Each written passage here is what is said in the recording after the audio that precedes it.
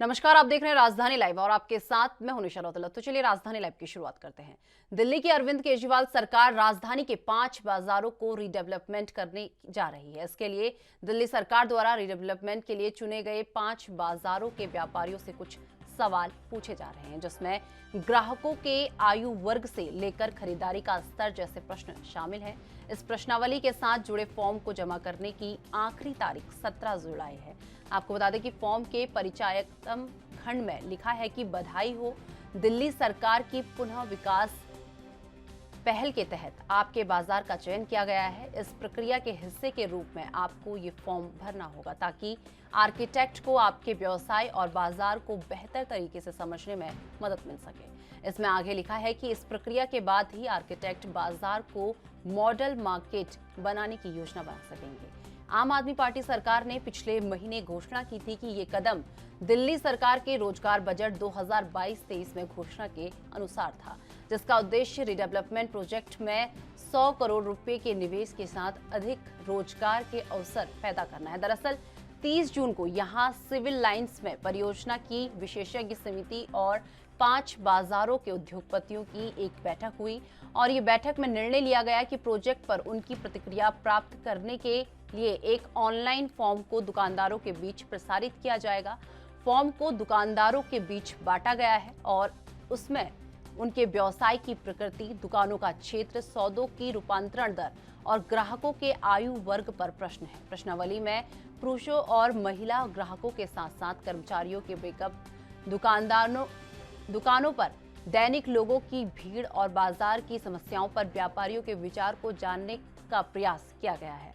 विशेषज्ञ समिति के सदस्य सीटीआई के अध्यक्ष ब्रजेश गोयल ने कहा, सरकार व्यापारियों को विश्वास में ले रही है। उन्होंने कहा कि किसी भी बाजार को पुनर्विकास करने के लिए उस बाजार के बारे में सब कुछ जानना बेहद जरूरी है। ये जरूरी है कि सरकार बाजार में मौजूद समस्याओं के बारे में जानती है। उदाहरण के लिए आपको बता दें कि यदि बाजार में महिला शौचालय बनाना चाहते हैं तो दुकानों पर महिला कर्मचारियों की संख्या और वहां महिलाओं की औसतन संख्या जानना मददगार होगा। बाजार की जरूरत के हिसाब से काम किया जाएगा। रिडेवलपमेंट प्रोजेक्ट के लिए 5 बाजारों के नामों की घोषणा करते हुए मुख्यमंत्री अरविंद केजरीवाल ने प्रत्येक स्थान के एक यूएसपी की सूचीबद्ध किया गया है।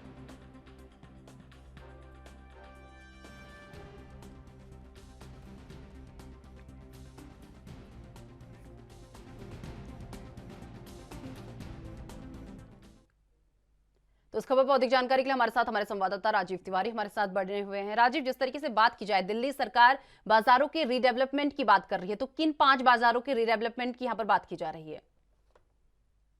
सही कहा आपने। यहाँ पर बात करें दिल्ली सरकार के द्वारा 2022 की बात करें या 2023 की बात करें तो उसको रीडेवलपमेंट किया जा रहा है, यानी कि दिल्ली के जो चुने हुए बाजारों को अब बदला जाएगा, उनकी काया की जाएगी, उनको बदला जाएगा और हर तरीके से उनके जो बाजार के जो व्यापारी हैं या फिर कहें दुकानदार हैं या फिर कहें ग्राहक है, सबके लिए कहीं ना कहीं दिल्ली सरकार जो है वो सुविधाएं उपलब्ध कराती नजर आ रही है और लगातार इसको लेकर प्रक्रिया भी स्टार्ट कर दी गई है। और दिल्ली सरकार जो है रीडेवलपमेंट बाजारों को कहीं ना कहीं बेहतर बनाने की कोशिश कर रही है। और यहां तक कि जो कोरोना काल के अंदर जो व्यापारियों का व्यापार जो ठप हुआ था या फिर कहे उनकी जो हालत थी वो बिगड़ चुकी थी, अब उसको दोबारा से पटरी पर लाने के लिए दिल्ली सरकार जो है वो प्रयास करती हुई नजर आ रही है।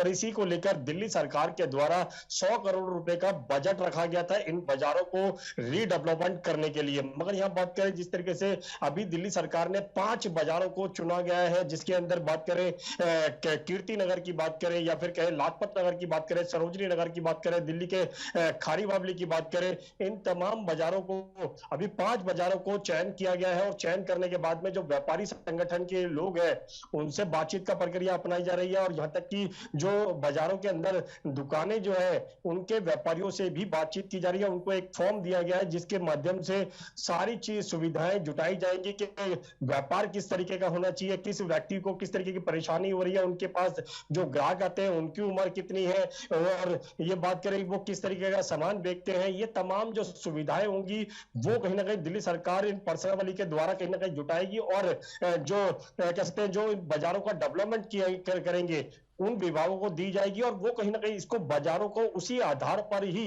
डेवलपमेंट करने की कोशिश की जाएगी। यानी कि बाजारों की बात करें, जैसे खारी पब्लिक की बात करें, तो यहाँ पर मसालों की सबसे ज्यादा भरमार होती है और मसालों के लिए ही पूरी दिल्ली के अंदर खारी वाली मशहूर है। मगर यहाँ पर बात करें बाजारों को, बाजार के अंदर जिस तरीके से दिक्कतें हैं, चाहे वो ट्रैफिक जाम की हो, बिजली की हो, या फिर कहे और सुविधाएं हो, या फिर कहे आने जाने के रास्ते की बात हो, या फिर कहे दुकानों को बेहतर बनाने की बात हो की जाए, तो वो तमाम जानकारी जो है वो अब दिल्ली सरकार जुटाती हुई नजर आ रही है। और जो फॉर्म भरने की जो अंतिम तिथि होगी वो 17 जुलाई रखी गई है। तो यानी कि समय कम रह चुका है व्यापारियों के पास, और व्यापारी जो है वो जल्दी से जल्दी चाहते हैं कि उनका जो व्यापार है वो कहीं ना कहीं पटरी पर आता नजर आए, क्योंकि कोरोना काल के अंदर जिस तरीके से हालात बिगड़े थे उसको दोबारा से पटरी पर लाने के लिए दिल्ली सरकार जो है वो प्रयास कर रही है, और उस प्रयास की कहीं ना कहीं पहल भी होती हुई नजर आ रही है। जी राजीव, जिस तरीके से रीडेवलपमेंट की बात की जा रही है, बाजारों में रीडेवलपमेंट होगा, तो ये प्रक्रिया कब से शुरू हो जाएगी? कब से रीडेवलपमेंट इन बाजारों में जो ये प्रक्रिया है इसे दिल्ली सरकार लागू कर देगी, और कब से इसका निर्माण कार्य जो है शुरू हो जाएगा?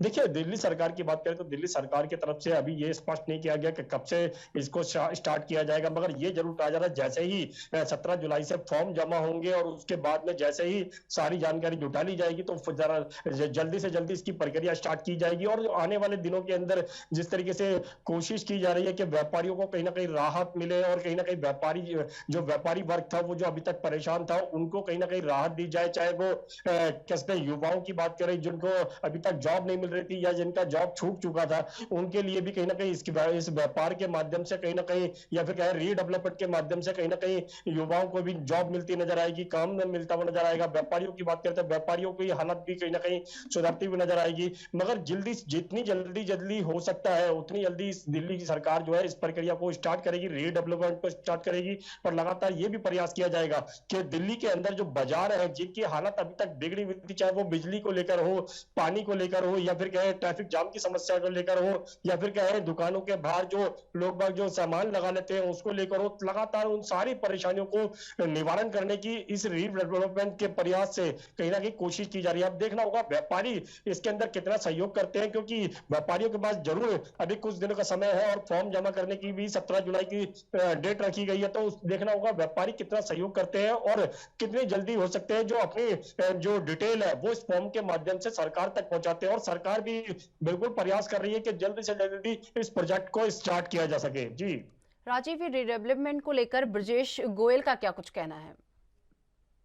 देखिए, बिल्कुल सही कहा आपने। यहाँ पर बात करें रीडेवलपमेंट को लेकर लगातार ये भी कहा जा रहा है कि व्यापारी संगठनों की तरफ से भी, सरकार की तरफ से भी, अधिकारियों की तरफ से भी कि हम प्रयास कर रहे हैं कि ये जब प्रोजेक्ट जो है यानी कि रीडेवलपमेंट जो है वो जल्दी स्टार्ट हो सके, ताकि व्यापार जो है वो कहीं ना कहीं आर्थिक तंगी की वजह से कहीं ना कहीं जो जूझ रहा था वो कहीं ना कहीं बाहर आ सके। मगर यहाँ पर बात करें व्यापारियों की, बड़े व्यापारियों की बात करें, जहां पर मॉल की बात करें, कीर्ति नगर की बात करें तो वहां पर भी मॉल है, सरोजनी नगर की बात करें तो वहां पर भी मॉल स्टेट हर तरीके के सामान बिकते हैं, शादी समारोह का सामान भी होते हैं। तो उनको लेकर भी कहीं ना कहीं बड़े उद्योगपति जो है उनसे भी बातचीत की जा रही है, उनके संस्थाओं से भी बातचीत की जा रही है। दिल्ली सरकार हर तरीके से ये प्रयास भी कर रही है कि जल्दी से जल्दी जो है इस रीडेवलपमेंट को स्टार्ट किया जा सके और बाजारों की जो कायाकल्प है वो बदलती हुई नजर आए। मगर व्यापारी भी चाहते हैं कहीं ना कहीं सरकार जो है उनकी मदद करे ताकि व्यापार जो है वो दोबारा से पटरी पर आ सके। मगर उसको लेकर जो प्रयास है वो भी स्टार्ट कर दिया गया है, और इसके लिए दिल्ली सरकार ने जो 100 करोड़ रुपए का बजट रखा है वो भी सैंक्शन हो चुका है। तो लगातार हर तरीके से ये कोशिश की जा रही है दिल्ली के जो बाजारों की हालत है वो कहीं ना कहीं सुधारी जा सके, और जो लोग जो युवा है या फिर कहें जो बेरोजगार है उनको भी कहीं ना कहीं जॉब या फिर कहें जॉब बिजनेस या फिर कहें दुकानें उनकी भी कहीं ना कहीं खुलती हुई नजर आए। तो देखना होगा दिल्ली सरकार के इस प्रयास से कितना फायदा व्यापारियों को और आम जनता को होने वाला है। जी राजीव, रीडेवलपमेंट को लेकर जिस तरीके से 5 बाजारों का रीडेवलपमेंट यहां पर किया जा रहा है, तो इस रीडेवलपमेंट को लेकर सीएम अरविंद केजरीवाल का क्या कुछ कहना है?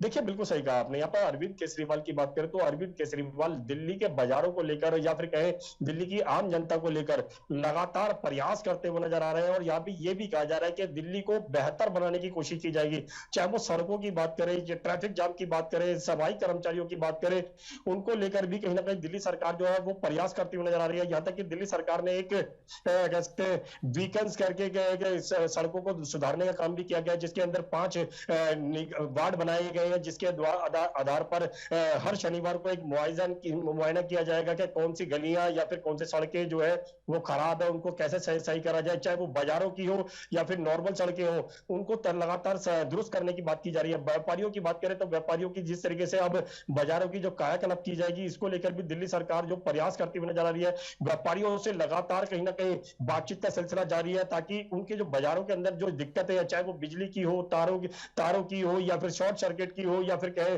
गलियों को खराब की हो, या फिर शौचालय की हो, या फिर कहे जो उनके व्यापारी आते हैं उनकी पार्किंग को लेकर जो दिक्कतें हैं, तमाम दिक्कतों को दूर करने की दिल्ली सरकार जो है वो प्रयास करती हुई नजर आ रही है। जी तो चलिए, बहुत बहुत धन्यवाद राजीव हमारे साथ जुड़ने के लिए और ये तमाम जानकारी हमारे साथ साझा करने के लिए। तो आपको बता दें कि खरीफ फसलों की सुरक्षा के लिए इस साल भी आज यानी 10 जुलाई से प्रदेश व्यापी रोका छेका का अभियान शुरू किया जा रहा है।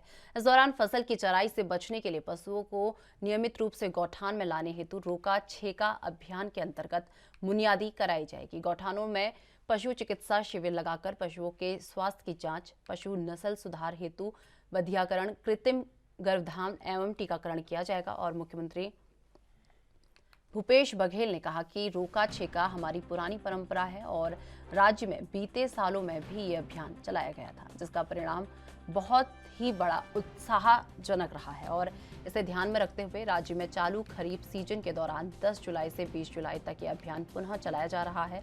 उन्होंने इसकी सफलता के लिए सभी किसानों और पशुपालकों के सहयोग की अपील की है। राज्य में खरीफ फसलों की बुआई तेजी से शुरू हो गई है और मुख्यमंत्री बघेल ने कहा कि हम सब जानते हैं कि फसलों की बुआई के बाद किसानों की सबसे बड़ी चिंता फसलों की देखभाल और उसकी सुरक्षा की होती है। फसलों की सुरक्षा के लिए रोका छेका का अभियान महत्वपूर्ण साबित हो रहा है। इससे हमारी फसल और पशुधन दोनों सुरक्षित रहेंगे। मुख्यमंत्री बघेल ने कहा कि रोका छेका हमारी पुरानी परंपरा है। इसके माध्यम से हम अपने पशुओं को खुले में चराई के लिए नहीं छोड़ने का संकल्प लेते हैं, ताकि हमारी फसलों को नुकसान न पहुंच सके। पशुओं को अपने घरों, बाड़ों और गौठानों में रखा जाता है और उनके चारे पानी का प्रबंध करना होता है। पशुओं का रोका छेका का काम अब गांव में गौठानों के बनने से आसान हो गया है।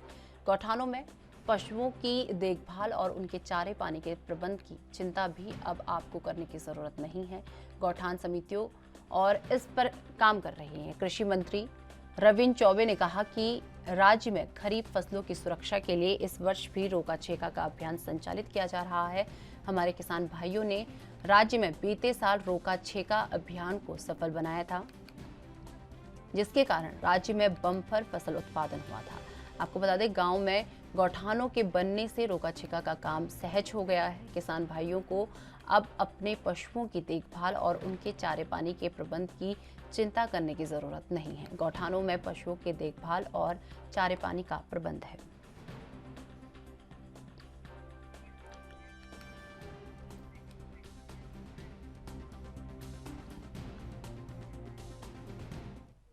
तो इसको भी अधिक जानकारी के लिए हमारे साथ हमारी ब्यूरो चीफ स्वाति कौशिक जी हमारे साथ जुड़ चुके हैं। स्वाति जी, आज से छत्तीसगढ़ में रोका छेका अभियान जो है शुरू होने वाला है, तो इसे लेकर क्या कुछ जानकारी आपके पास है? देखिए निशा, ये किसानों के लिए एक बहुत महत्वपूर्ण समय होता है जब बारिश होती है और फसल की तैयारियां होती है। तो अभी इस समय खरीफ फसल की तैयारियां यहाँ पे बहुत जोरों से चल रही है। प्रदेश में बारिश हो चुकी है पहले दौर की, तो अभी अब सब बुआई की तरफ अपना ध्यान लगाकर बैठे हुए हैं किसान। बुआई का काम बहुत जोरों से चल रहा है। तो इस बीच जो पशु होते हैं, मवेशी होते हैं, वो कहीं खेत में ना घुस जाएं। इस डर से जो ग्रामीण व्यवस्था की बात करें हम, तो गाँव में जो मवेशी होते हैं उनको 10 दिन के लिए, जब तक पौधे जो रोपे गए हैं वो थोड़े बड़े नहीं हो जाते, तब तक उनको रोका जाता है खेतों में जाने से। तो इसी अभियान को यहाँ के परिप्रेक्ष्य में रोका छेका अभियान के नाम से चलाया जा रहा है। ये जो 10 दिन का समय है, 10 तारीख से 20 तारीख तक, तो इस 10 दिन में उनको जो मवेशी है उनको गौठानों में रखा जाएगा। जो स्वयं गौपालक है वो उनको अपने स्वयं के गौठान में रखेंगे, वहां पर उनकी देखरेख होगी, सारी चीजों की व्यवस्था होगी। और इस दौरान जो मुख्यमंत्री की मंशा अनुरूप जो गौठानों के भी जो गाय हैं, बारिश के चलते उनको कुछ बीमारियां होती है, उन बीमारियों के इलाज के लिए डॉक्टर भी उपलब्ध कराए जाएंगे। उनको 10 दिन का एक ट्रीटमेंट मवेशियों को कह लीजिए, ये सारी चीजें होंगी। और अभी जितना हम समझ पा रहे हैं, अभी सरकारी जो आंकड़े आए थे प्रदेश में 26.24% मवेशियों के पालकों की संख्या बढ़ी है। निशा, स्वाति जी, जिस तरीके से रोका छेका अभियान जो है आज से शुरू होने वाला है, तो इसे लेकर सीएम भूपेश बघेल का क्या कुछ कहना है इस अभियान को लेकर? देखिए, सीएम एक समय में स्वयं किसान रहे हैं, तो जितना हम समझ पा रहे हैं कि उनका इस क्षेत्र को लेके हमेशा अलग कंसर्न रहता है, केयर रहता है कि भाई अगर किसान अपनी बुआई की सीजन में इन सारी चिंताओं में उलझा रहेगा तो वो कैसे होगा। और ये पुरानी परंपरा रही है छत्तीसगढ़ में रोका छेका, जो जिस अभियान की आज हम बात कर रहे हैं, आज से कुछ समय पहले अगर देखेंगे, कुछ वर्षों पहले, तो ये एक अभियान रहता ही था जो ग्रामीण लेवल पे चलता था। ग्रामीण जो है वो इसकी स्वतः व्यवस्था कर लेते थे कि किस हिसाब से मवेशियों को रोका जाएगा और किस हिसाब से व्यवस्थाएं मवेशियों के लिए किया जाएगा, ताकि किसान जो है वो अपनी फसल की सुरक्षा को लेकर इतना चिंतित ना रहे और सारी चीजें यथावत चलती रहे।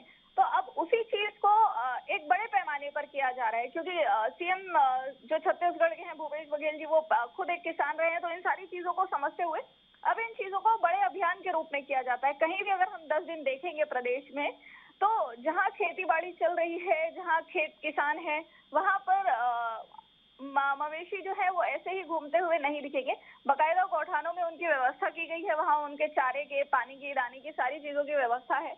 वहाँ पे जो बारिश से होने वाली बीमारियां हैं गायों में, मवेशियों में, उनके रोकथाम के लिए, उनके इलाज के लिए डॉक्टरों की व्यवस्था की गई है। और निश्चय इसमें देखने वाली बात यह है कि ऑलरेडी जो सरकार है गौठानों की संख्या उन्होंने बता दी है कि 10,624 गौठाने जो है वो सरकार की तरफ से अनाउंस है, जिसमें से अभी 8,408 गौठान जो है वो पूर्णतः अस्तित्व में आ चुके हैं, बन चुके हैं। और सरकार चूंकि गोबर खरीदने का ऑलरेडी काम कर रही है, तो इसको देखते हुए ये बिल्कुल अंदाजा लगाया जा सकता है कि इस सीजन में जो रोका छेका अभियान जो है ये बिल्कुल कारगर सिद्ध होता दिख रहा है और किसान अपनी फसल को लेके कहीं ना कहीं निश्चिंत दिख रहे हैं। निशा, स्वाति जी, जिस तरीके से बात की जाए, ये रोका छेका अभियान जो चलाया जा रहा है, इससे किसानों को क्या क्या लाभ मिल सकता है? देखिए, इससे बिल्कुल समझने वाली बात है निशा कि फसल बुआई का सीजन चल रहा है, अभी यहाँ पे फसल लगाया जा रहा है और छत्तीसगढ़ को हम धान के कटोरे के रूप में जानते ही हैं।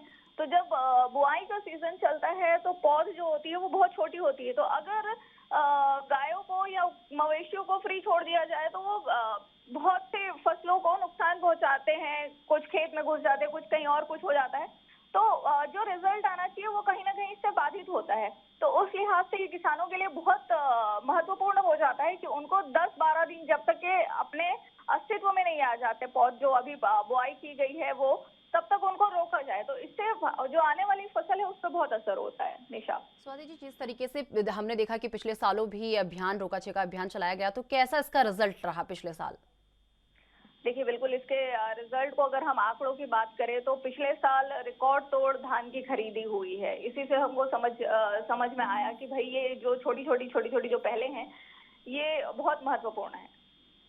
स्वाति जी, जिस तरीके से किसानों को इससे काफी लाभ मिलेगा, तो इस पर कृषि मंत्री का क्या कुछ कहना है? छत्तीसगढ़ के कृषि मंत्री का क्या कुछ कहना है इस पूरी अभियान को लेकर?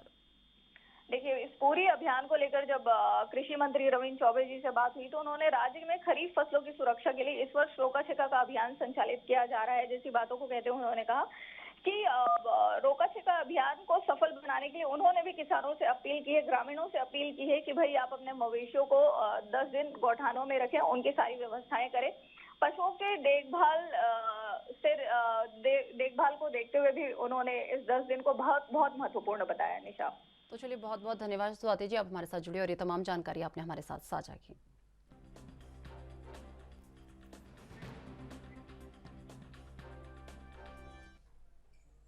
तो चलिए, फिलहाल वक्त हो चुका एक छोटा सा ब्रेक का। ब्रेक के बाद फौरन हाजिर होते हैं।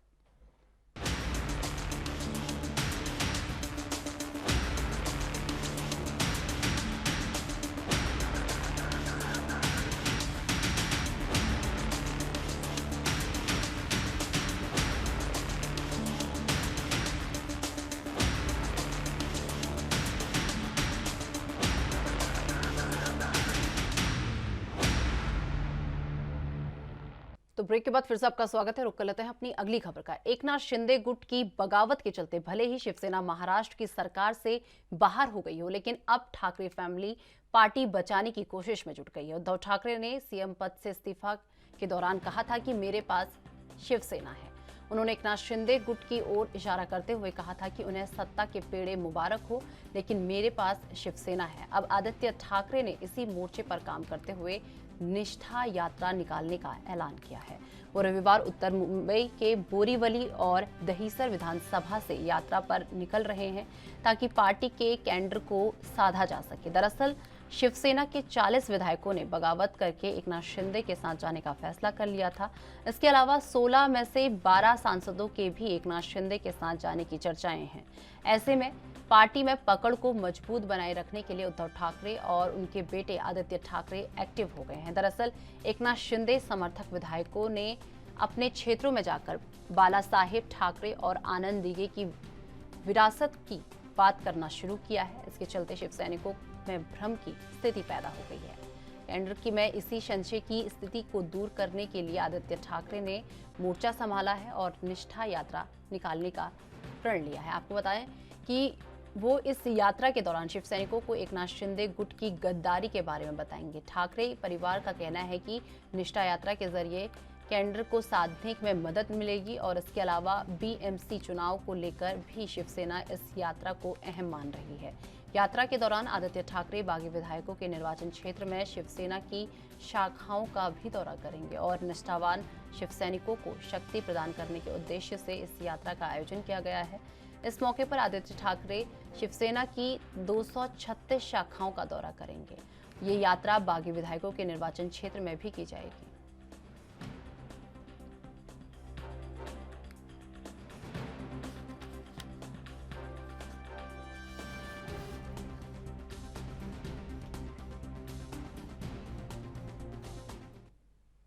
तो इस खबर पर और अधिक जानकारी के लिए हमारे संवाददाता सत्यप्रकाश सोनी हमारे साथ जुड़ चुके हैं। सत्यप्रकाश, जिस तरीके से महाराष्ट्र का सियासी ड्रामा जो है वो तो खत्म हो गया, लेकिन अब जो ठाकरे परिवार है वो अब अपनी शिवसेना को बचाने में जुट गया है।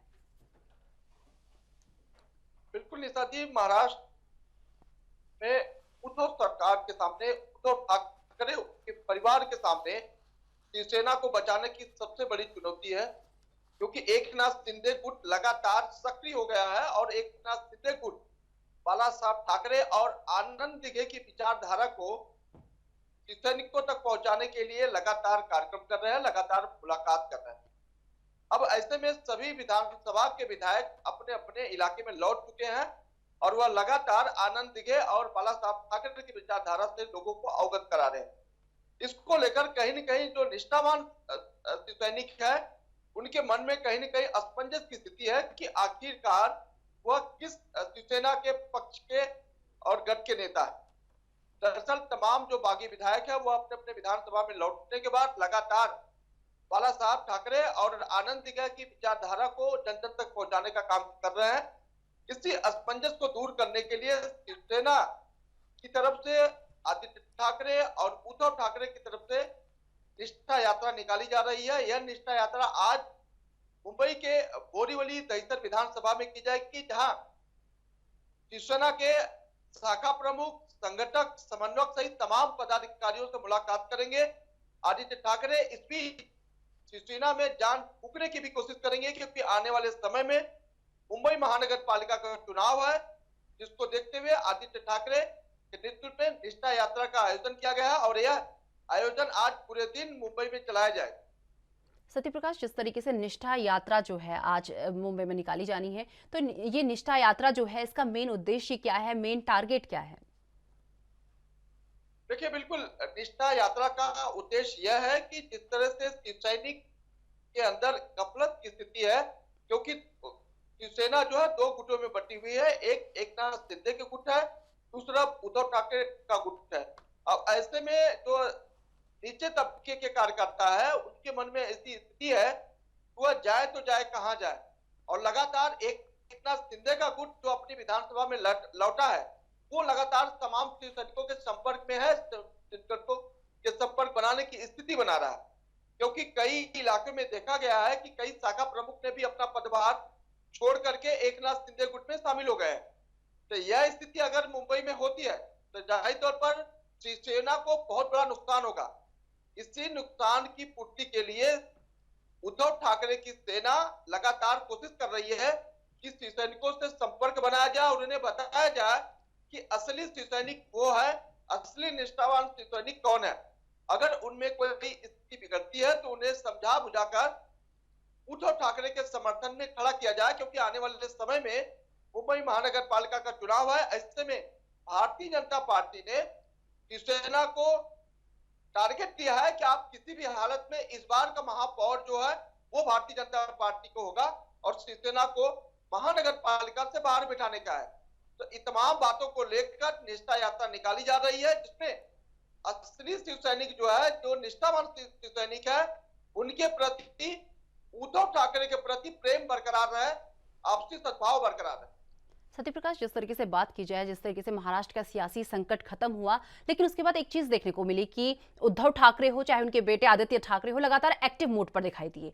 तो क्या लग रहा है, इस एक्टिव मोड के बाद क्या ये जाति भी शिवसेना को बचा पाएंगे या नहीं? बिल्कुल निशा जी, बहुत बार देखा गया कि उद्धव ठाकरे आदित्य ठाकरे को लेकर यही विधायकों ने तमाम तरह की शिकायत दी, शिवसैनिकों को शिकायत दी। शिवसैनिकों का कहना है कि जब वह सत्ता में थे तब अगर आदित्य ठाकरे या उद्धव ठाकरे से मिलना होता था तो लंबी समय का परमिशन लेना पड़ता था, काफी लंबा समय दिया जाता था। उसमें भी कई बार शिवसैनिकों से उद्धव ठाकरे और आदित्य ठाकरे मिलते भी नहीं थे। लेकिन अब उन्हें सत्ता जाने के बाद जो है पक्ष जाने का जो डर सताने लगा है, इसी डर से लगातार यह कोशिश की जा रही है कि ज्यादा से ज्यादा शिव सैनिकों से संपर्क बनाया जाए, क्योंकि एक अगर संपर्क टूट गया तो जाहिर तौर पर एकनाथ शिंदे का गुट बहुत ज्यादा सक्रिय है। अब ऐसे में उनके साथ सारे शिव सैनिक चलेंगे जाएंगे। जिस तरह से पिछले दिनों देखा गया कि 67 नगर सेवकों में से 66 नगर सेवक एकनाथ शिंदे गुट में चले गए हैं।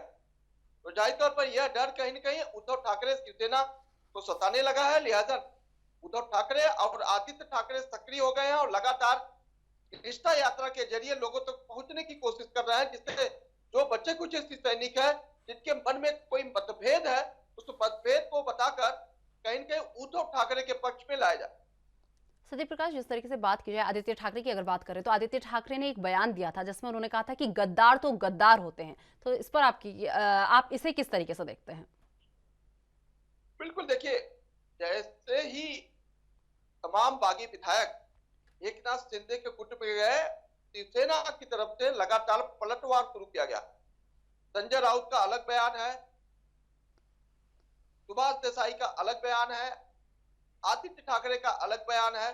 तो इन तमाम बयानों को देखते हुए ये समझ में आता है कि शिवसेना बागी विधायकों के प्रति कितना संवेदनशील है और कितना भड़काऊ भाषण आक्रामक है। आदित्य ठाकरे कभी इस तरह का आक्रामकता नहीं दिखाई, लेकिन जैसे ही उन्हें यह आभास हो गया कि अब हमारी पक्ष भी जा सकता है, हमारा शिवसेना का जो धनुष बाण का निशान है वह भी जा सकता है, उसको लेकर कहीं न कहीं आदित्य ठाकरे सक्रिय हुए और इस सक्रियता के चलते वो आक्रामकता भी दिखाई अब देने लगी है।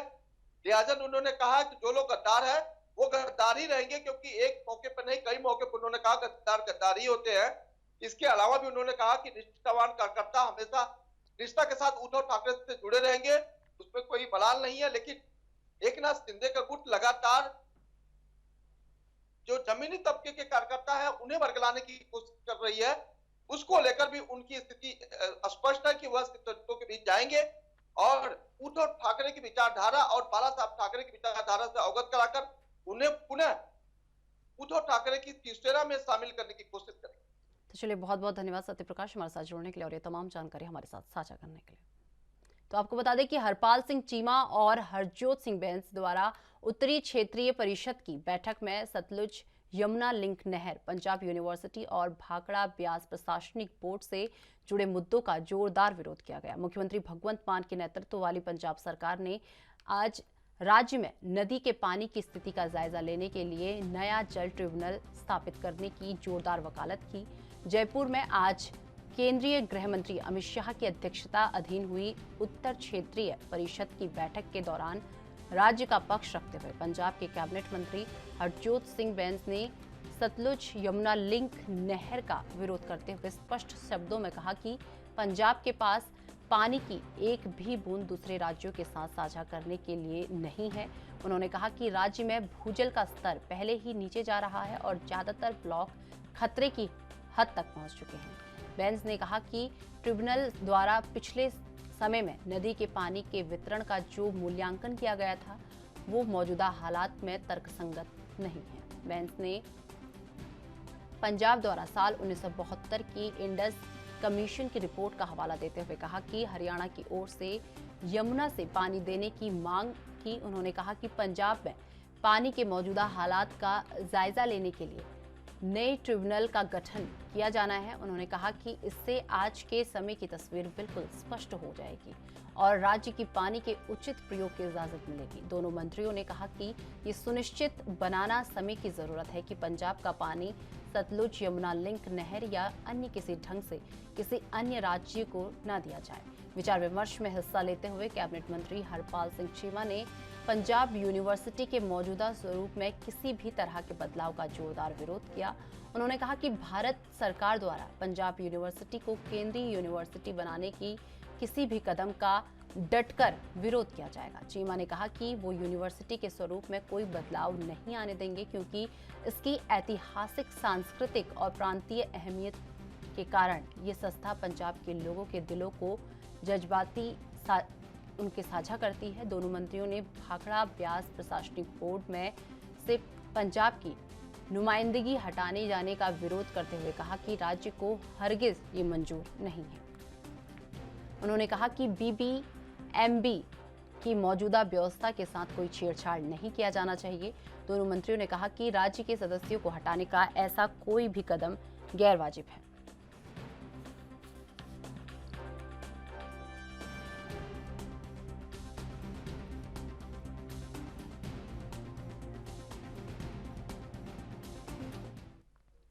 तो इस खबर पर अधिक जानकारी के लिए हमारे संवाददाता अमित कुमार हमारे साथ जुड़ चुके हैं। अमित, जिस तरीके से बात की जाए, हरपाल सिंह चीमा और हरजोत सिंह बैंस द्वारा उत्तरी क्षेत्रीय परिषद की बैठक में कुछ मुद्दों को लेकर जोरदार हंगामा, जोरदार विरोध देखने को मिला है।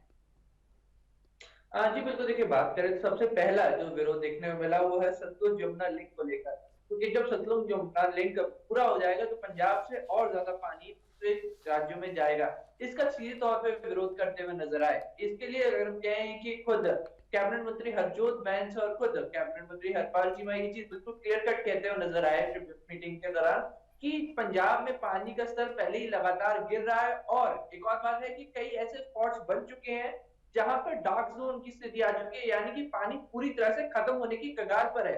तो इस चीज को लेकर सीधे तौर पे दोनों ही कैबिनेट मंत्री इसका विरोध करते हैं, इस लिंक का विरोध करते हैं। साथ साथ उन्होंने एक नए ट्रिब्यूनल बनाने की मांग की जो पानी के जल स्तर का जायजा ले। उन्होंने ये चीज बिल्कुल स्पष्ट कह दी है कि पंजाब में पानी का स्तर गिर गया है, पर अगर एक नया ट्रिब्यूनल बनता है जो पानी का वाटर लेवल की जांच करेगा, पूरे पंजाब की पानी की लेवल की जांच करेगा, तो ये चीज क्लियर हो जाएगी कि पंजाब में पानी का लेवल बहुत ज्यादा कम है और पानी किसी और को दे नहीं सकता। इससे जो लगातार प्रेशर बनाया जा रहा है पानी देने के लिए वो पंजाब सरकार के ऊपर और पंजाब के ऊपर कम हो जाएगा। तो वहीं दूसरी तरफ अगर हम बात करें तो दो और मुद्दे बार बार उठाए गए। एक मुद्दा जिसके ऊपर सीधे तौर पर हरपाल बोलते हुए नजर आए वो था कि पंजाब यूनिवर्सिटी का सेंट्रलाइजेशन के विरोध के ऊपर भी हरपाल चीमा बोलते हुए नजर आए। उन्होंने ये चीज क्लियर कर दी कि पंजाब यूनिवर्सिटी पंजाब की है, पंजाब के लोगों की उससे कई भावनाएं जुड़ी हैं, चाहे हम सांस्कृतिक भावनाएं जोड़ लें, चाहे कल्चरल भावनाएं जोड़ लें या ऐतिहासिक भावनाएं जोड़ लें। पंजाब यूनिवर्सिटी शुरू से ही पंजाब की रही है, तो ऐसे में अगर उसको सेंट्रलाइज किया जाता है तो कहीं ना कहीं इसका पूरी तरह से पंजाब सरकार और पंजाब के लोग विरोध करेंगे। तो ये आखिरी एक और बात जो सीधे तौर पे कही कि 1972 इंडस जो रिपोर्ट का हवाला देते हुए ने ये चीज स्पष्ट की है कि दोबारा से जरूरत है पंजाब के पानी की लेवल की जांच कराने के लिए। इससे ये चीज क्लियर हो जाएगी कि पंजाब के पास कितना पानी है और कितना वो दे सकता है ये। और इसके अलावा एक और चीज उन्होंने कही कि जो हरियाणा की तरफ से यमुना का पानी है उससे पानी लिया जा सकता है दूसरों को देने के लिए। तो ये चीज उन्होंने अपनी तरफ से की कि हरियाणा से पानी लिया जाए। एक एग्जाम्पल उन्होंने वो सीधे तौर पर दिया उत्तरी क्षेत्रीय परिषद की बैठक में। उन्होंने कहा कि हरियाणा के पास सफिशिएंट पानी है, पर अगर वो भी सफिशिएंट नहीं है तो एक बाकायदा ट्रिब्यूनल बना के पानी की जांच की जाए। और आखिरी जो बात अगर हम कहें कि इस मीटिंग में पूरे ट्रिब्यूनल की बैठक में हुई है, वो ये है कि पौंग डैम और भाखड़ा डैम को पूरी तरह से भरने की जो मांग की जा रही है, उसका सीधे तौर पे दोनों ही मंत्री विरोध करते नजर आए।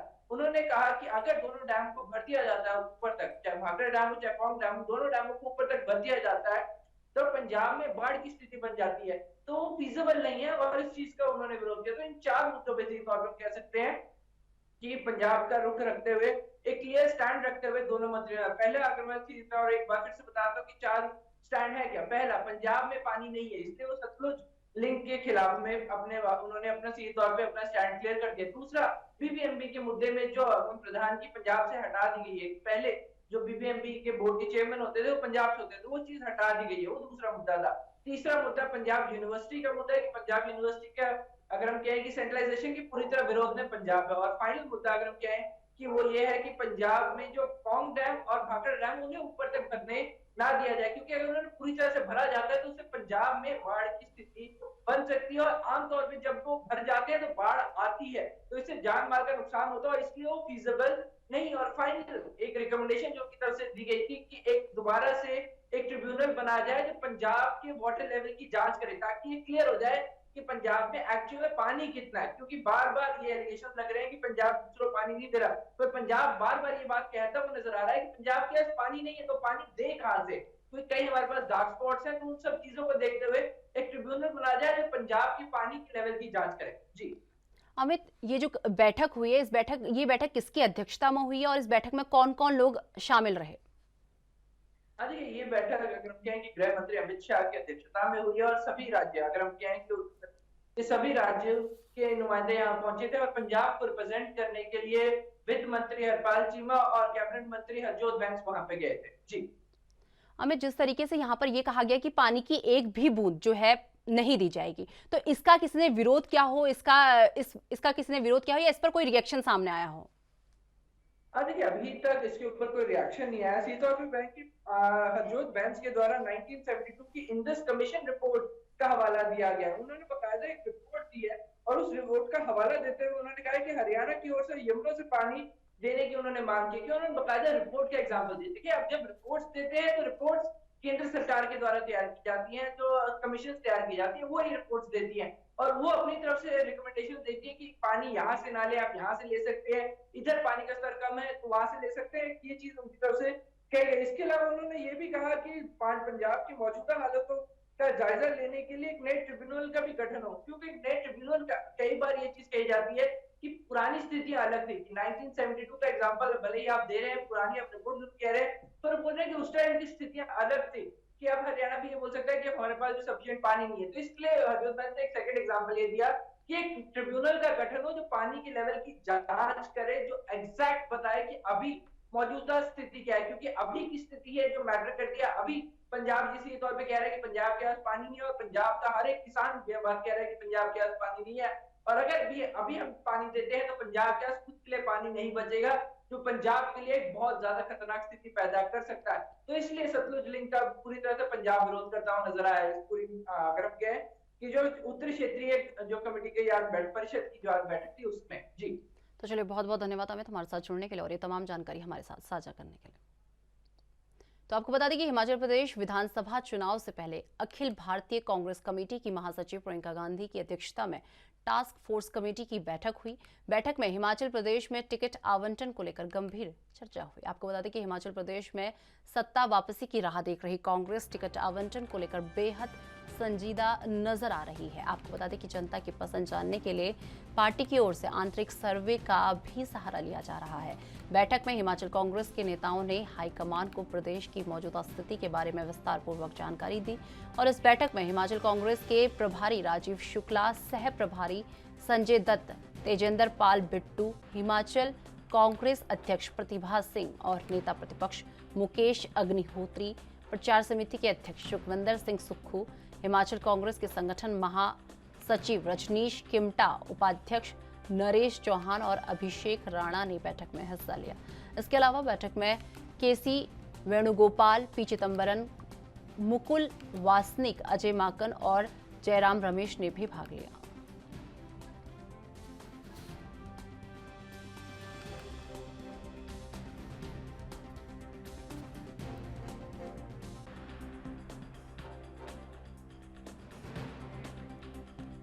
तो आपको बता दें कि प्रियंका गांधी की अध्यक्षता में कल जो है टास्क फोर्स कमेटी की बैठक हुई है और इस बैठक में टिकट आवंटन पर काफ़ी जोर दिया गया है। और आपको बता दें कि हिमाचल प्रदेश विधानसभा चुनाव से पहले अखिल भारतीय कांग्रेस कमेटी की महासचिव प्रियंका गांधी की अध्यक्षता में टास्क फोर्स कमेटी की बैठक हुई। बैठक में हिमाचल प्रदेश में टिकट आवंटन को लेकर गंभीर चर्चा हुई। हिमाचल प्रदेश में सत्ता वापसी की राह देख रही कांग्रेस टिकट आवंटन को लेकर बेहद संजीदा नजर आ रही है। आपको बता दें कि जनता की पसंद जानने के लिए पार्टी की ओर से आंतरिक सर्वे का भी सहारा लिया जा रहा है।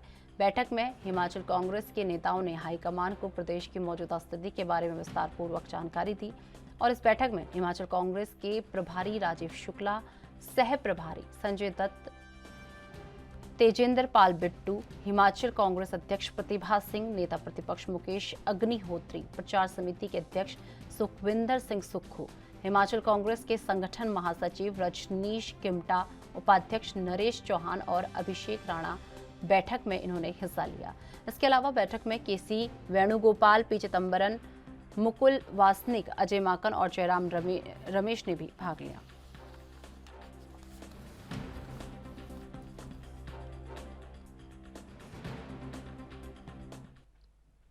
तो इस खबर पर अधिक जानकारी के लिए हमारे साथ हमारी ब्यूरो चीफ टीना ठाकुर जी हमारे साथ जुड़ चुके हैं। टीना जी, जिस तरीके से बात की जाए, कल प्रियंका गांधी की अध्यक्षता में टास्क फोर्स कमेटी की बैठक हुई है, तो इस बैठक में क्या कुछ अहम रहा है?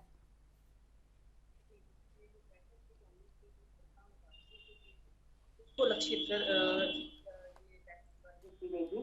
ये टास्क फोर्स की बैठक 2024 के जो लोकसभा चुनाव है उनको लक्षित करके आयोजित की गई थी। साथ ही इसमें जो हिमाचल विधानसभा का जो चुनाव है आने वाला, उसको लेकर गहन मंथन किया गया, क्योंकि प्रियंका वाड्रा ने जो ये बैठक की अध्यक्षता की है, उन्होंने कहा है उस बैठक में कि 2022 में अगर हम लोग राज्यों में चुनाव जीत पाने में सफल होते हैं, तभी जो लोकसभा का जो 2024 का जो टारगेट है उसको हम पूरा कर सकेंगे। हिमाचल की बात करूं तो हिमाचल में जो आने वाले विधानसभा चुनाव है उसको लेकर यहाँ पे जो है चर्चा की गई और बताया गया कि किस तरह से जो मीडिया विभाग है और IT विभाग है, दोनों विभागों को दिल्ली बुलाया गया था और वहाँ पे उनको कहा गया कि जो विधानसभा चुनाव है चाहे लोकसभा चुनाव है, दोनों ही चुनावों में जो है ये मीडिया विभाग की जो भूमिका है वो अहम रहने वाली है और इन दोनों विभागों को आक्रामक रुख अपनाने के लिए कहा गया है।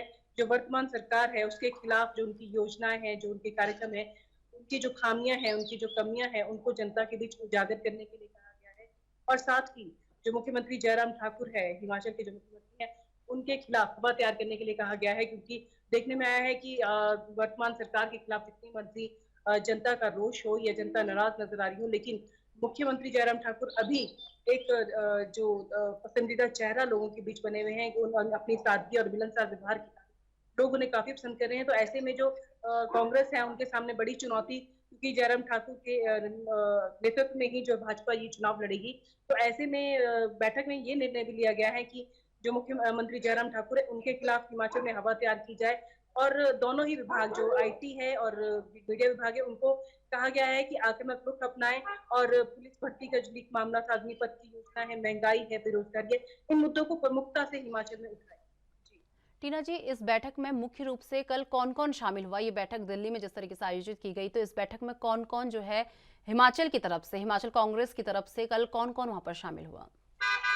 जी देखिए, हिमाचल कांग्रेस से जो कांग्रेस की जो प्रदेशाध्यक्ष हैं प्रतिभा सिंह, नेता प्रतिपक्ष मुकेश अग्निहोत्री और जो प्रचार कमेटी के जो अध्यक्ष है सुखविंदर सिंह सुक्खू, के अलावा जो मीडिया विभाग के जो हेड हैं नरेश चौहान, जो महासचिव है कांग्रेस के रजनीश किमटा, और उसके अलावा जो सोशल मीडिया विभाग के अध्यक्ष हैं अभिषेक राणा और जो अन्य नेता हैं वो यहाँ से हिमाचल से शामिल हुए। और उनके अलावा जो प्रभारी हैं राजीव शुक्ला, जैसा कि आप पहले ही बता चुके हैं, ये लोग भी वहाँ पर शामिल हुए। तो मुख्य तौर पे जो है लक्षित जो किया गया था विधानसभा चुनाव 2024 और इसका टारगेट माना गया था कि ये जो हिमाचल विधानसभा है इसको जीतना है, तभी जो लक्ष्य है लोकसभा तक पहुंचने का वो कांग्रेस पूरा कर सकेगी। टीना जी, जिस तरीके से देखा जा रहा है कि कांग्रेस जी जान से लगी हुई है, क्योंकि विधानसभा चुनाव आने वाले हैं, तो उसके लिए जी जान से वो पूरी कोशिश कर रही है, कोई कोशिश में कोई कमी नहीं दिख रही है, पूरी अपनी तरीके से पूरी कोशिश कर रही है। पर क्या लग रहा है कि कांग्रेस एक बार फिर से सत्ता में, हिमाचल में सत्ता में कांग्रेस वापसी कर पाएगी या नहीं? हालात है उसके थोड़ा सा मुश्किल नजर आ रहा है, क्योंकि जो कांग्रेस की जो ये कमेटियां, विभिन्न कमेटियां जो बनाई गई थी, ये कांग्रेस को बल देने के लिए बनाई गई थी, एकजुट करने के लिए बनाई गई थी और इसलिए बनाई गई थी ताकि लोग जो है वो ये ना समझे कि उनको प्रतिनिधित्व नहीं मिला पार्टी में। ये प्रतिनिधित्व देने के आधार पर बनाई गई, तो इसके आधार पर जो है कांग्रेस को लगा था कि सभी अपना जो रोष है या अपनी जो गुटबाजी है उसको भूलकर एक मंच पर आएंगे और सत्ता वापसी में या सत्ता हासिल करने के लिए प्रयास करेंगे। लेकिन देखने में ये आया कि जो ये कमेटियां हैं, इनके जो अध्यक्ष बनाए गए हैं, ये अलग अलग तौर पे जो मीटिंग ले रहे हैं, बैठ के ले रहे हैं, कहीं ना कहीं जो ये गुटबाजी है उसको थोड़ी सी यहाँ से जो ये जो कमेटियां बनाई उनसे भी थोड़ी सी हवा मिल रही है। तो ऐसे में क्योंकि अगर हम पिछले दिनों की बात करें, जैसे सुधीर शर्मा ने अपनी जो कमेटी है उनको उसकी अध्यक्षता में एक फरमान जारी किया था हिमाचल कांग्रेस के लिए। तो ऐसे में जो है अगर इस तरह के फरमान जारी होते रहे या इस तरह की जो चीजें हैं वो होती रही, तो निश्चित तौर पर जो कांग्रेस है विधानसभा चुनाव में उसको एक बड़ा नुकसान इस तरह की चीजों को उठाना पड़ सकता है। और ऐसे में जो है कांग्रेस के जो हाईकमान है उसको एक बार फिर से ये सोचना होगा कि किस तरह से ये जो गुटबाजी है और ये जो खलल सत्ता वापसी में कांग्रेस के रास्ते में पड़ रहा है उसको किस तरह से दूर करें। टीना जी, जिस तरीके से टास्क फोर्स जो बैठक हुई थी, इसे लेकर हिमाचल कांग्रेस का क्या रिएक्शन सामने आया है इस पूरी बैठक को लेकर? जी देखिए, जो हिमाचल कांग्रेस की जो प्रचार कमेटी के अध्यक्ष है सुखविंदर सिंह सुक्खू, उन्होंने कहा है कि जो ये जो बैठक थी टास्क फोर्स की, इसमें जो हिमाचल का जो सत्ता में वापसी का जो रास्ता है उसको प्रशस्त करने के लिए ये मुख्य तौर पे आयोजित की गई थी। और हम लोगों ने संकल्प लिया है, ये फैसला लिया है कि हम लोग सत्ता में वापसी करेंगे और यहाँ पे जो वर्तमान सरकार है उनकी जो खामियां हैं, उनकी जो नीतियां हैं, उनके जो कार्यक्रम है उनको जनता को उनसे रूबरू कराएंगे और सत्ता हासिल करेंगे। तो इसी तरह जो नेता प्रतिपक्ष मुकेश अग्निहोत्री उन्होंने भी यही कहा कि हम लोग एकजुट है। हाँ, कहीं ना कहीं जो ये अलग अलग कार्यक्रम होते हैं तो ये हम लोग जो अलग अलग कमेटियों के अध्यक्ष हैं, हम लोगों की ये कार्यक्रम की रूपरेखा इस तरह की बनती है कि कहीं हम लोग एकजुट नहीं हो एक साथ नहीं दिख पाते हैं। लेकिन इसका मतलब ये नहीं है कि हम लोग गुटबाजी है। हालांकि मतलब जो कांग्रेस के बड़े नेता है वो ये मानने से इनकार कर रहे हैं गुटबाजी है और वो ये कह रहे हैं कि हम लोग एकजुट है और सत्ता में जरूर हम वापसी करेंगे। और इसी को लेकर जो टास्क फोर्स की जो अहम बैठक थी वो दिल्ली में आयोजित की गई थी। हाँ, दूसरा कारण मैं आपको ये भी बताऊं कि दूसरा कयास ये लगाया जा रहा था कि जो पूर्व केंद्रीय मंत्री है आनंद शर्मा, वो अपने कुछ 12 साथियों के साथ पिछले दिनों जो अमित शाह है उनसे मिले थे, उनके संपर्क में आए थे। तो ऐसे में माना जा रहा था कि कहीं ना कहीं ये कयास लगाई जाती है आनंद शर्मा कहीं भाजपा में जा सकते हैं। तो ऐसे में जो हिमाचल कांग्रेस में खलबली हो सकती है, क्योंकि हिमाचल कांग्रेस में उनका वर्चस्व अच्छा है, उनके लोग काफी हैं यहाँ पे। तो ऐसे माना जा सकता है इस बात के लिए भी जो कांग्रेस के जो हिमाचल के नेता हैं उनको दिल्ली में तलब किया गया था। जी निशा। टीना जी, जो ये बैठक हुई है, अगर इसमें विधानसभा चुनाव के मुद्दे को साइड कर दिया जाए तो इसके अलावा किन किन विषयों पर इसमें और चर्चा हुई है? जी देखिए, इसके अलावा जो है वो प्रमुखता से ये कहा गया कि जो विपक्ष है वो अपनी भूमिका को सशक्त बनाए, क्योंकि जो सरकार है वर्तमान की, चाहे वो केंद्र में बैठी है चाहे हिमाचल में बैठी है, तो ऐसे में जो सरकारें हैं वो जो उनकी जो नीतियां हैं उनसे जो लोग नाराज हैं उसको प्रमुखता से उठाए, ताकि आने वाले जो विधानसभा है चाहे लोकसभा, उनमें लोगों के जो सहानुभूति है या लोगों का जो समर्थन है वो कांग्रेस हासिल कर पाए। ऐसे में जो कांग्रेस है, कांग्रेस में जो सबसे बड़ा जो ये टास्क फोर्स का जो ये बैठक की गई और उसमें जो सबसे बड़ा जो ये बात रखी गई वो यही है कि कांग्रेस लोकसभा चुनाव 2024 के लिए तभी तैयार हो सकती है जब राज्यों में जीत दर्ज करे। तो ऐसे में जो कांग्रेस की जो कल की रणनीति बनी है वो यही है कि जो आने वाले दिनों में जो भी राज्यों में चुनाव है उनमें सक्रियता से भाग ले, उनमें प्रमुखता से जो कांग्रेस है वो अपना जो पक्ष है वो जनता के बीच रखे, ताकि जो सरकार है वो कहीं ना कहीं जो जनता के बीच जो कांग्रेस की छवि जा रही है कि कांग्रेस खत्म हो चुकी है, कांग्रेस कहीं नजर नहीं आ रही है, उसको लेकर जो कांग्रेस है वो अपना पक्ष प्राप्त कर सके और जनता के बीच अपना जो एक समर्थन है वो दोबारा से हासिल कर सके। और अगर ये समर्थन जनता का विधानसभा के चुनाव में उन्हें मिल पाता है तो निश्चित है कि लोकसभा चुनाव में भी इसका जरूर उनको लाभ मिलेगा। चलिए, बहुत बहुत धन्यवाद टीना जी हमारे साथ जुड़ने के लिए और ये तमाम जानकारी हमारे साथ साझा करने के लिए। तो आपको बता दें कि शुक्रवार को कांग्रेस के पूर्व अध्यक्ष गणेश गोदियाल ने अपने ऊपर लगे भ्रष्टाचार के आरोपों की सफाई देने के लिए प्रेस वार्ता की। गणेश गोदियाल ने धन सिंह रावत पर भी कई आरोप लगाए हैं। उन्होंने कहा कि मंत्री जी तो खुद घोटालों में संलिप्त हैं। इस दौरान गणेश गोदियाल ने पत्रकारों के समक्ष एक वीडियो दिखाया जिसमें एक महिला ने नर्सिंग की भर्ती को लेकर धन सिंह रावत पर आरोप लगाते हुए कहा कि धन सिंह रावत ने अभ्यर्थियों से 50-50 हजार रुपये लिए हैं और कुल 3 करोड़ की राशि भर्ती के बदले दी गई है। आपको बता दें कि गणेश गोदियाल ने नर्सिंग भर्ती को लेकर स्वास्थ्य मंत्री पर गंभीर आरोप लगाते हुए इसकी जांच की मांग की है।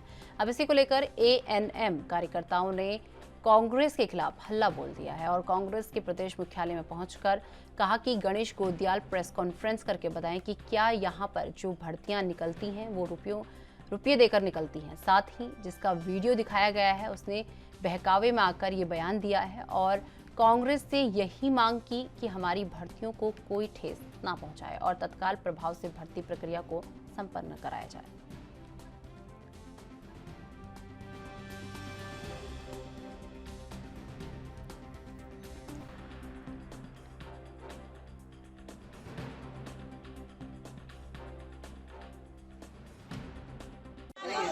ये बुनियाद आरोप है। अगर इसमें सच्चाई है उस लड़की को सामने लाया जाए जो आज तक हमारा किसी भी लड़के का फोन नहीं उठा रही है।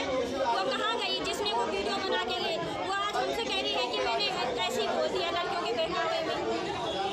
अब मैं गोदियाल जी से सिर्फ हम लोग सब बहनें इसलिए इकट्ठा हो रखे हैं गोदियाल जी को यहाँ पे एक प्रेस कॉन्फ्रेंस करें गोदियाल जी कि यदि आपने बड़े पद पे होने के बाद भी पूर्व अध्यक्ष रहे हैं तब भी आपने वो क्लिपिंग बिना देखे सोचे समझे वो क्लिपिंग दिखाई, उसमें एक पर्टिकुलर लेडी का नाम लेके और उसको वायरल किया गया है। तो इस खबर पर अधिक जानकारी के लिए हमारे साथ हमारे संवाददाता अमित चौधरी हमारे साथ जुड़ चुके हैं। अमित, जिस तरीके से बात की जाए, गणेश गोदियाल ने धन सिंह रावत पर नर्सिंग भर्ती को लेकर भ्रष्टाचार के आरोप लगाए हैं, तो क्या कुछ जानकारी आपको मिल पा रही है? देखिए निशा, बात की जाए जिस तरीके से जो भ्रष्टाचार के जो आरोप कहीं ना कहीं गणेश गोदियाल पे लग रहे थे, अब उन्होंने धन सिंह रावत को कहीं ना कहीं टारगेट किया। तो ये जो लड़ाई है अब जो दोनों ही पक्षों में जो लड़ाई है सामने देख रहा है और एक दूसरे को कहीं ना कहीं नीचे दिखाने की लगातार कार्रवाई की जा रही है भ्रष्टाचार को लेकर के। जहाँ पहले धन सिंह रावत की तरफ से ये आरोप लगाया गया था कि गणेश गोदियाल ने यहाँ पर बीकेटीसी में घोटाले किए हैं और उसके साक्ष्य भी कहीं ना कहीं दिखाते नजर आए थे, लेकिन अब गणेश गोदियाल खुद प्रेस कॉन्फ्रेंस करते हैं और उनकी तरफ से धन सिंह रावत पर कई आरोप लगाए जाते हैं, जिसमें उनसे साफ तौर से कहा जाता है कि वो खुद घोटालों में संलिप्त हैं और ऐसा व्यक्ति दूसरे पे क्या घोटालों का आरोप लगाएगा। और उसको लेकर के एक यहाँ तक एक वीडियो भी जारी की जाती है जिसमें महिला आरोप लगाती है जो नर्सिंग भर्तियां हुई है उसमें 50-50 हजार रुपए लिए जाते हैं। तो कहीं ना कहीं ये सारी चीजें हैं और अब इस पे कहीं ना कहीं जो यहाँ पर जो एएनएम है वो अब इस पे लेके मुखर हो गई है। कांग्रेस से उन्होंने मांग की है कि इस तरीके से आरोप ना लगाया जाए और उसको लेकर के लगातार यहाँ पर प्रेस कॉन्फ्रेंस करके कहीं ना कहीं एक दूसरे पे आरोप लगाए जा रहे हैं, दोषारोपण किया जा रहा है, वाद प्रतिवाद कहीं ना कहीं किया जा रहा है। इसको लेकर के लगातार अब जो प्रदेश की राजनीति वो गड़बड़ाई हुई है, क्योंकि भ्रष्टाचार को लेकर के भाजपा पहले ही अपने तेवर यहाँ सख्त कर चुकी है। कोई भी अगर भ्रष्टाचार पर लिप्त पाया जाता है तो उस पर कड़ी कार्रवाई की जाएगी, जिसको लेकर के लगातार कार्रवाई कहीं ना कहीं की जा रही है और कांग्रेस की तरफ से लगातार बचाव किया जा रहा है और उन सभी बातों का साक्ष्य रखा जा रहा है कि यहाँ पर जो उन पे जो यहाँ पर आरोप लगाए जा रहे हैं वो किस हद निराधार है और किस तरीके से आगे कार्रवाई की जाएगी। जी हमें जिस तरीके से बात की जाए, प्रदेश भर में देखा जा रहा है लगातार भ्रष्टाचार के आरोप, भ्रष्टाचार देखने को मिल रहा है, लगातार भ्रष्टाचार का कोई ना कोई केस सामने आ ही जा रहा है। पहले गणेश गोदियाल, उसके बाद अब धन सिंह रावत पर भ्रष्टाचार के आरोप लगे हैं, तो इसे लेकर क्या इनके ऊपर कोई एक्शन होता हुआ नजर नहीं आ रहा? हाँ बिल्कुल, मैं आपको बता दूं क्योंकि अभी यहाँ पर लगाए गए हैं वो कहीं ना कहीं गणेश गोदियाल ने लगाए हैं, प्रेस कॉन्फ्रेंस यहाँ पर की जाती है और यहाँ पर साक्ष्य रखे जाते हैं। अब वो क्योंकि जांच का विषय है और क्योंकि गणेश गोदियाल की बात की जाए, यहाँ विपक्षी पार्टी के वो नेता हैं और उसको लेकर के क्योंकि लगातार यहाँ पर जो कार्रवाई हो रही है अब उस पर कहीं ना कहीं यहाँ पर जो चीजें सामने आ रही है उसको लेकर कहीं ना कहीं सरकार इस चीज को ध्यान जरूर देगी। लेकिन अगर यहाँ पर अगर सही पाए जाते हैं तो ये एक बहुत बड़ी खबर होगी उत्तराखंड के लिए, क्योंकि प्रदेश सरकार भाजपा की है, भाजपा में जो धन सिंह रावत मंत्री हैं, लेकिन और ये जांच होना इसलिए भी जरूरी है क्योंकि जो दाग कहीं ना कहीं गणेश गोदियाल ने यहाँ पर धन सिंह रावत कहीं ना कहीं यहाँ पर चीजें सामने आ सकती है, उसको लेकर के लगातार कार्रवाई की जा रही है। और अब यहाँ पर पूरी तरीके से जो आरोप प्रत्यारोप पर दौर लग रहा है, यहाँ पर भ्रष्टाचार कहीं ना कहीं आरोप प्रत्यारोप लगाए जा रहे हैं, उस पर कहीं ना कहीं प्रदेश की राजनीति होने जा रही है और उसको लेकर के लगातार वार का दौर है वो दोनों ही पार्टी की तरफ से लगातार होने वाला है। तो चलिए, बहुत बहुत धन्यवाद अमित हमारे साथ जुड़ने के लिए और ये तमाम जानकारी हमारे साथ साझा करने के लिए।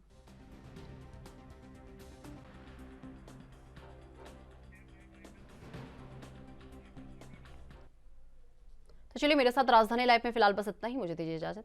नमस्कार।